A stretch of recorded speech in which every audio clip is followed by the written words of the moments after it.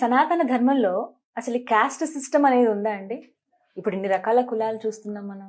నాకు అదే కొంచెం ఒక చిన్న సందేహం ఇది, అంతే. ఏం చెప్తారు? సనాతన ధర్మంలో కుల వ్యవస్థ, కాస్ట్ సిస్టమ్ ఉందా? ఇది చాలా మందికి ఉండే ప్రశ్న. ప్రభుజీ, మన ధర్మంలో ఒకళ్ళు పెద్ద, ఒకళ్ళు చిన్న, ఒకళ్ళు పవిత్రం, ఒకళ్ళు అపవిత్రం, ఇలా ఉందా అని అడుగుతూ ఉంటారు చాలా మంది మమ్మల్ని.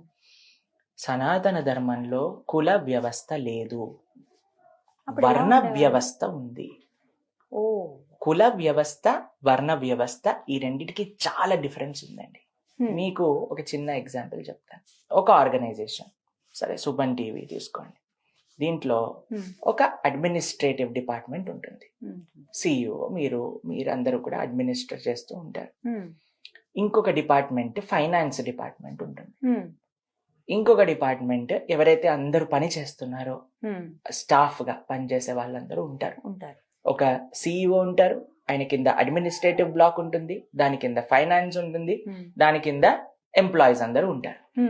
ఇప్పుడు మీరు చెప్పండి, సిఇఓ ఒక్కరే ఉండాలి, మిగతా వాళ్ళు ఉండకూడదు అంటే దీని వల్ల ఏం ప్రయోజనం అండి? ఈ నలుగురిలో ఎవరు మెయిన్ చెప్పండి మీరు? అందరూ మెయిన్ కదా. ఎవరు లేకపోయినా ఆ వ్యవస్థ అనేది ముందుకెళ్తుందా? కాబట్టి మన సనాతన ధర్మంలో ఉంది ఏంటంటే వర్ణ వ్యవస్థ. బ్రాహ్మణ, క్షత్రియ, వైశ్య, శూద్ర, ఇందులో ఎవరూ తక్కువ కాదు, ఎవరూ ఎక్కువ కాదు, అందరూ సేమ్. వర్ణము అనంటే వ్యవస్థ నడవడానికి ఉండే డిఫరెన్సియేషన్. ఒక్కొక్కళ్ళు ఒక్కొక్క పని. బ్రాహ్మణులు అనంటే ఏంటి? Teachers. Kshatriyas protectors. Vaishyas business man. Shudras employees. ఇప్పుడు మీరు ఐటీ ఎంప్లాయీని చూసి ఏయ్ నువ్వు అపవిత్రం అని అంటావా? ఎందుకంటే everybody has their own way to play. చాలా మంది ఏమంటారో తెలుసా అండి, ప్రభుజీ మన వేదాలలో ఉన్నాయి, బ్రాహ్మణులు భగవంతుడి యొక్క ముఖంలో నుంచి వచ్చారట, క్షత్రియులు భుజాల నుంచి వచ్చారట, వైశ్యులు తొడల నుంచి వచ్చారట, శూద్రులు పాదాల నుంచి వచ్చారట. మీరు గంగా నది ఎక్కడి నుంచి వచ్చిందో తెలుసా అండి? విష్ణు పాదోద్భవీం గంగా అని అంటారు. విష్ణుమూర్తి యొక్క పాదాల నుంచి వచ్చింది గంగా నది. మనందరం ఏమో గంగా నదికి పవిత్రం అవ్వడానికి స్నానం చేయడానికి వెళ్తూ ఉంటాం. విష్ణు పాదాల నుంచి వచ్చిన గంగ పవిత్రం చేసినప్పుడు విష్ణు పాదాల నుంచి వచ్చిన శూద్రులు ఎందుకు అపవిత్రలైపోయారు చెప్పండి? ఎక్కడ ఈ లాజిక్ పనిచేస్తుంది చెప్పండి? మీకు ఇంకో విషయం చెప్తా. మీరు పెద్దల్ని కలవడానికి వెళ్ళారు, వాళ్ళ యొక్క ఆశీర్వచనం తీసుకోవాలి అనుకుంటున్నారు. వెంటనే మీరు ఏం చేస్తారండి? పాదాలకి నమస్కారం. పాదాలు పట్టుకుంటారా లేదా తల పట్టుకుని ఊపేస్తారా? పాదాలనే కదండి మనందరం పట్టుకునేది. పాదాలు పట్టుకుని ఆశీర్వచనం అడుగుతారు. భగవంతుని కూడా సమాశ్రితాయై పద పల్లవప్లవం, స్వామి నీ యొక్క పాదాలని ఆశ్రయించారు. మన శిరస్సు పైన కృష్ణుడి యొక్క పాదాలని మనం ధరిస్తాం. కాబట్టి పాదాలు ఎప్పుడు అపవిత్రం అయిపోయాయి?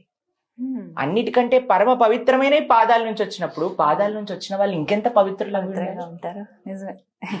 కాబట్టి ఇవన్నీ కూడా ఈ ధర్మంలో ఉండే తప్పులు కాదండి. ఈ ధర్మం అందరినీ కూడా సమానంగా, కేవలం పుట్టిక చేత మీరు ఈ కులానికి సంబంధించి, కులం అనే వ్యవస్థే లేదండి, వర్ణంకి సంబంధించిన వాళ్ళు. ఇప్పుడు చూడండి, ఇద్దరు మదర్ ఫాదర్ డాక్టర్, పుట్టిన పిల్లవాడు కూడా మీరు డాక్టర్ అండి అని చెప్తావా? డాక్టర్ కాదు, వాడికి డాక్టర్ అయ్యే ఛాన్సెస్ చాలా ఉన్నాయి వాడు అవ్వాలనుకుంటే. కేవలం పుట్టుకతో వాడు పిల్లవాడిని పుట్టిన డాక్టర్ ప్రణవాన్ని పెట్టేస్తారా? డాక్టర్ ఫ్యామిలీలో పుడితే లేదు, పెట్టాం కదా. చాతుర్వర్ణ్యం మయా సృష్ట్య గుణ కర్మ విభాగశ. భగవంతుడు భగవద్గీతలో చెప్తారు, గుణం అని అంటే క్వాలిటీ, కర్మ అంటే చేసే పని, కేవలం పుట్టుక కాదు. కాబట్టి మనం చేసే పని, మనకుండే గుణాలు. మీకు ఒక విషయం చెప్తా. బ్రాహ్మణుడు అంటే ఎవరు అంటే దానాన్ని తీసుకొని తన జీవితాన్ని గడిపేవారు. క్షత్రియుడు అని అంటే ట్యాక్స్ ద్వారా తన జీవితాన్ని గడిపేవాడు.